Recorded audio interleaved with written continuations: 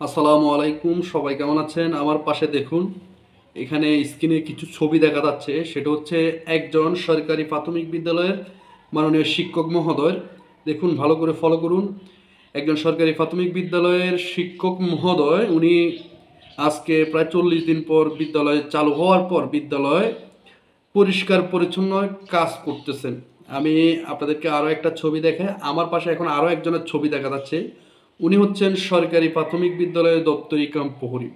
এই দুটি ছবি দেখানোর একটা কারণ আছে, সেটা হচ্ছে প্রায় টানা 40 দিনের মতো বাংলাদেশের সকল শিক্ষা প্রতিষ্ঠান বন্ধ ছিল। বিশেষ করে সরকারি প্রাথমিক বিদ্যালয়গুলা 40 দিনের মতো বন্ধ ছিল। এই বন্ধ থাকার কারণে দীর্ঘদিন বিদ্যালয়ের ভিতরে ধুল বালি বিভিন্ন মাকুসার বাসা সহ পুরোপুরি একটা মানে শ্রেণীকক্ষে পাঠদানের পুরোপুরি অনুপযোগী হয়ে পড়েছেন। হ্যাঁ, একেবারেই শ্রেণীকক্ষে পাঠদানের অনুপযোগী হয়ে পড়েছেন। এখন এই বিদ্যালয়গুলো যখন আজকে চালু হয়েছে, তখন এই বিদ্যালয়গুলো শ্রেণীকক্ষে পাঠদানের জন্য পরিষ্কার পরিচ্ছন্ন করা একেবারে জরুরি ছিল।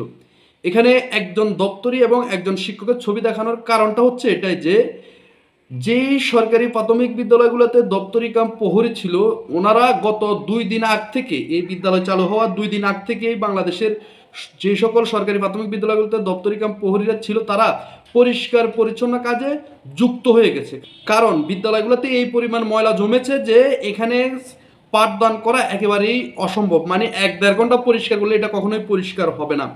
সেজন্যই দপ্তরি কাম প্রহরীরা গত 2 দিন আগ থেকে এই বিদ্যালয়গুলো পরিষ্কার পরিচ্ছন্ন ব্যস্ত হয়ে গেছে, এবং এই বিদ্যালয়গুলো পরিষ্কার পরিচ্ছন্নতা করে রাখার পর আজকে শিক্ষকরা এসে খুব মনোরম পরিবেশে পাঠদান করতে পেরেছেন, এবং তারা সুন্দরভাবে আজকে স্কুল টাইমটা খুবভাবে উপভোগ করতে পেরেছেন। হ্যাঁ, আর অন্যদিকে যে সকল সরকারি প্রাথমিক বিদ্যালয়গুলোতে দপ্তরি কাম প্রহরী ছিল না বা দপ্তরে ছিল না, সেই সকল বিদ্যালয়গুলোতে আজকে সকালে শিক্ষকরা এসে বিদ্যালয়ে পরিষ্কার পরিচ্ছন্ন কাজে লেগে গেছে। যেখানে আজকে শিক্ষকরা এসে তারা স্কুলে পাঠদান করাবে হাসি মুখে।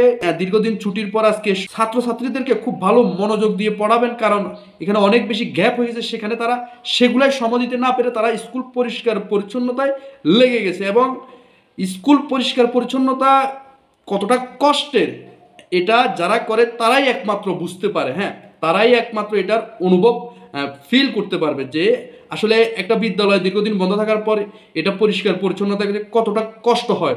আমি এই জিনিসটাই বাংলাদেশ সরকারকে বলতে চাই যে, বাংলাদেশের সকল সরকারি প্রাথমিক বিদ্যালয়ে একটা করে দপ্তরি দরকার।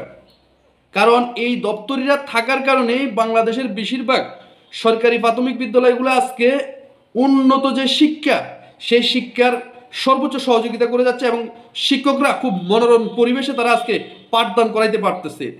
তাই আমি বাংলাদেশ সরকারের প্রতি অনুরোধ করব যে, বাংলাদেশের সকল সরকারি প্রাথমিক বিদ্যালয়ে যারা কর্মরত আছে তাদের পদটি জাতীয়করণ করে এবং বাংলাদেশের সকল বিদ্যালয়গুলো একটা করে দপ্তরি নিয়োগ দেওয়া হোক। কারণ এই পদে যারা আছে তারা অত্যন্ত গুরুত্বপূর্ণ। এরা যখন শিক্ষকদেরকে সকল কাজে সহযোগিতা করবে, তখন শিক্ষকরা খুব সুন্দরভাবে মনোরম পরিবেশে তারা পাঠদান করতে পারবে, তারা বিদ্যালয়ের কাজ কাম মনোযোগে সহকারে করতে পারবে। যেই বিদ্যালয়গুলোতে দপ্তরি নাই, তাদের আজকে কত কষ্ট, আজকের দিনটা যে তাদের কতটা কষ্টের গেছে একজন শিক্ষক হিসাবে। যে শিক্ষক স্কুলে এসে শিক্ষার্থীদেরকে শিখাবে আগামীর বাংলাদেশ কিভাবে চালাইতে হবে, আগামীর সমাজ ব্যবস্থা কিভাবে চালাইতে হবে, আগামীতে নিজেদের ক্যারিয়ার কিভাবে করতে হবে, মানুষকে কিভাবে সম্মান দিতে হবে, সেই শিক্ষক এসে বিদ্যালয় পরিষ্কার পরিচ্ছন্ন করতেছে। আসলে এটা অনেকটা কষ্টের, মানে এটা একটা কষ্টদায়ক বিষয় যে একজন শিক্ষক এসে কাজ করতেছে। কাজ করা খারাপ কিছু না, কাজ করা ভালো। তবে সরকারি প্রাথমিক বিদ্যালয়গুলোতে দপ্তরি কাম প্রহরী প্রয়োজন, এবং সেটা রাজস্ব খাত থেকে প্রয়োজন। আমরা বিগত 10 বছর ধরে সরকারি প্রাথমিক বিদ্যালয়গুলোতে দপ্তরি কাম প্রহরী নিয়োগ আছে আউটসোর্সিংয়ের মাধ্যমে। তাদের সাথে সর্বোচ্চ বৈষম্য করা হচ্ছে, আর এই বৈষম্যর কারণে অনেকেই চাকরি ছেড়ে চলে যাচ্ছে। আজকে দেখুন, আমি আরেকজন দপ্তরি কাম প্রহরীর একটা স্ট্যাটাস আপনাদেরকে স্ক্রিনে দেখাচ্ছি। দেখুন, উনি গতকালকে লিখছে যে ছেড়ে দিলাম, মানে ছেড়ে চলে গেছে, উনি নিজেকে মুক্ত করে দিয়েছে। হ্যাঁ, এই আজাব থেকে নিজেকে মুক্ত করছে।